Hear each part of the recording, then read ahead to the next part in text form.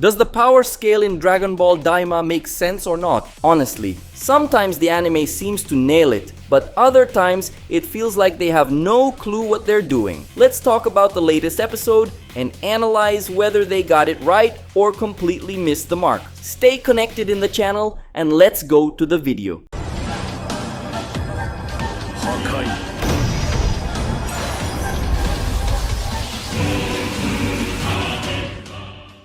Desperate, as Goku's crew heads toward the first demon world and taking advantage of the fact that nearly all the military police are already in the first world, Goma orders the Gezu to deactivate the warp. Of course, the Gezu is very concerned about this since he's never heard of anyone deactivating the warp. But Goma doesn't want to hear any objections, he just tells him to obey. Gezu then goes to a place that looks like some kind of underground facility, probably located in Goma's castle. Using a key reading of some sort, Gezu gains access to a lever, which he pulls to shut down the warp. Even though he follows the order, it's clear Gezu didn't want to do this and is extremely worried, as if something really bad is about to happen. Meanwhile, in the second world, Goku and the crew's plane is flying shakily when suddenly the engine fails and they crash land on an island. Everyone is fine despite the crash. Pansy goes to check out what happened while the others start exploring a bit, finding that the place seems to have a lot of living plants. At first,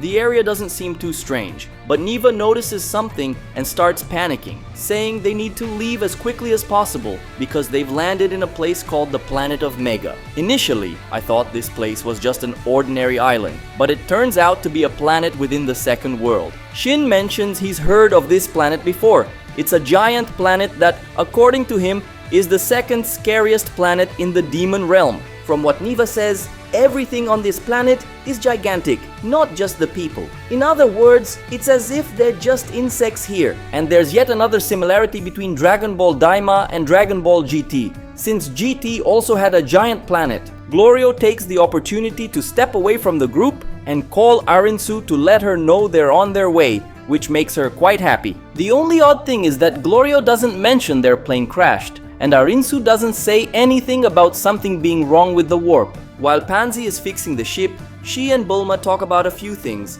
including explaining more about the demon worlds and the importance of a metal called Magilite, which is used as their energy source. I won't go into the details of the explanation here because I don't think it's important right now, but since they mentioned this metal, it's probably going to play a role later, so it's worth remembering. Everyone is chilling, waiting for the ship to be fixed when, out of nowhere, an army of giant hamsters attacks them. Goku feels bad for the creatures and tries not to hurt them. Vegeta, on the other hand, couldn't care less and mercilessly beats them up, even launching key attacks at the creatures. However, he notices they're tough, as they easily withstand his attacks. Piccolo and Glorio protect the plane, which Pansy and Bulma are repairing. Shin runs away, scared of the creatures. Meanwhile, Hybeis and Neva just hide. But things get worse when a child from the Megath species approaches. Upon seeing this kid, the hamsters flee, and Neva nearly has a heart attack.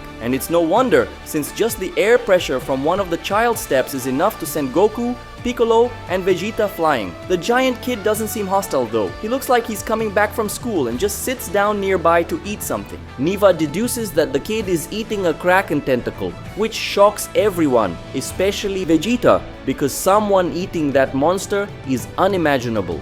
When everyone is shocked that the boy is eating part of a Kraken, an animal that seems to be the boy's pet hears them and starts looking around. The group tries to hide, but the pet finds Goku and starts chasing him, forcing Goku to run for his life. Glorio helps Goku by shooting at the pet to distract it, but he's almost caught and is saved by Vegeta, who lands a massive punch on the creature. However, the pet doesn't seem too bothered by Vegeta's punch and is ready for more. The pet resumes chasing them.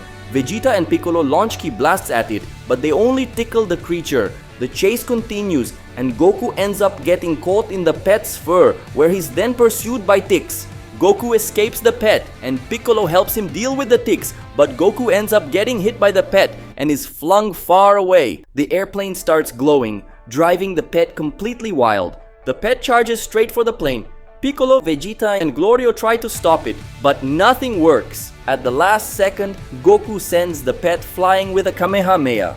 but this catches the attention of the giant child. For this giant child, just flicking the nail of the Kraken tentacle is enough to knock Goku away. The plane is repaired, but the kid arrives with his pet, terrifying everyone. The Megath child starts playing with the airplane, curious about it, and Glorio tries to escape, but the kid is about to attack them. Goku intervenes, trying to hold back the giant child's hand, but he's overpowered and gets swatted like a mosquito, ending up on the kid's clothes. Vegeta, now transformed into a Super Saiyan, steps in to help the group in the airplane, and Piccolo joins him. Goku tries to escape from the Megath's clothes, but the child scratches himself as if Goku were an ant, causing him to fall into the kid's bag filled with books. Losing his patience, Goku transforms into a Super Saiyan to face the Megath, and he finally manages to compete with the giant in strength, but still comes out on the losing side. The Megath tries to stomp on Goku to finish him off, but Glorio saves him by using the airplane. After that,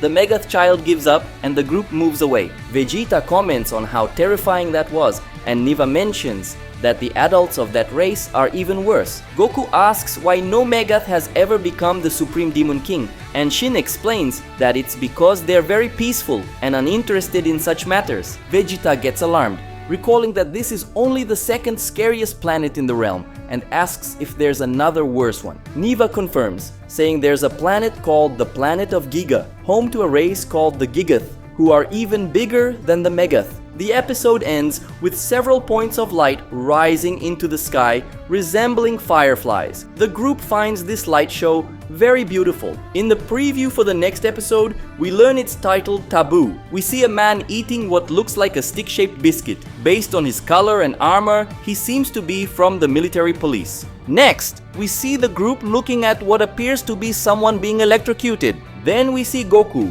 who seems to have been burned by something, falling toward that forbidden portal, with Pansy screaming for him. It looks like there will be some drama in the next episode, and I'm intrigued. So, what can I say about this episode? The premise of DAIMA exploring a new world and showcasing new things is something I support, but unfortunately, in my opinion, this anime has a big problem. It's timing. Seeing Goku and his friends struggle with giant hamsters or dogs could have been convincing if this were happening back in Dragon Ball Classic. I just can't make sense of such powerful characters like Goku, Vegeta, and Piccolo struggling to deal with giant dogs. It simply doesn't click for me. It doesn't make sense that the same guys who face challenges like Frieza, Cell, and Majin Buu are having so much trouble with this kind of thing. One could argue that they're weaker because they've turned back into kids, but Dragon Ball Daima itself negates this argument by showing that they still have the same abilities and transformations and are still extremely powerful. Another argument that could be made is that the creatures and people from the demon realm are far more powerful than those from the ordinary world. But this argument doesn't hold up either, since we've already seen that Goku and the others are at the top of the power scale in the demon realm, even surpassing the Tamagamis, who are theoretically the pinnacle of power in this world. It's true that apparently the Megath race is very powerful, despite being peaceful, so maybe we could accept that the boy from this race is incredibly strong, and he really proved that he is, but it still doesn't make sense to me that the Z fighters are struggling with a rat, a dog, and ticks. Another thing that bothered me is that even though they had trouble with the hamsters, the dog, and the ticks, neither Goku nor Vegeta transformed into Super Saiyans. That makes no sense at all, especially since it would have been much less exhausting for them to transform and quickly neutralize these creatures, rather than letting this whole mess unfold. At least they transformed against the boy, although they still used very little power despite the dangerous situation, especially Goku, who could have been killed by the boy but didn't use more power. It's obvious that the intention behind this script was to have Goku and his friends go through a fun and creative adventure, but for me, most of that fun is lost the moment none of what happens makes much sense. It would have been better if they had made it very clear from the beginning that Goku and the others had indeed lost a significant amount of power.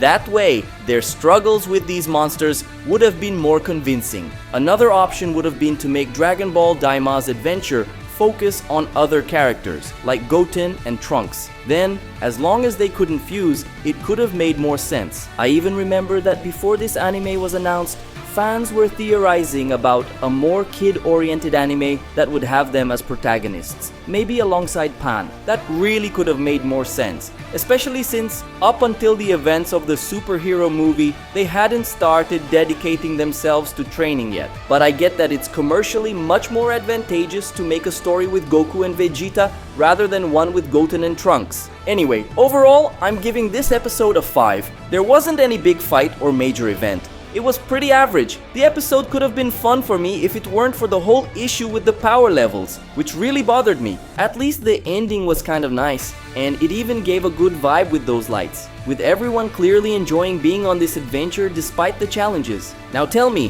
what rating would you give this episode of Dragon Ball DAIMA from 0 to 10? Also, share why you'd give that rating. Let me know if you agree with what I said here or if you disagree with me. It's always great to hear your opinions. If you haven't liked the video yet, go ahead and do that now, because it really helps us out. Subscribe to the channel and turn on notifications if you're not subscribed yet. And share this video with other Dragon Ball fans you know, especially if they're enjoying Dragon Ball DAIMA. That's it, folks. Thanks so much to everyone who stuck with me until the end, and I'll see you in the next video.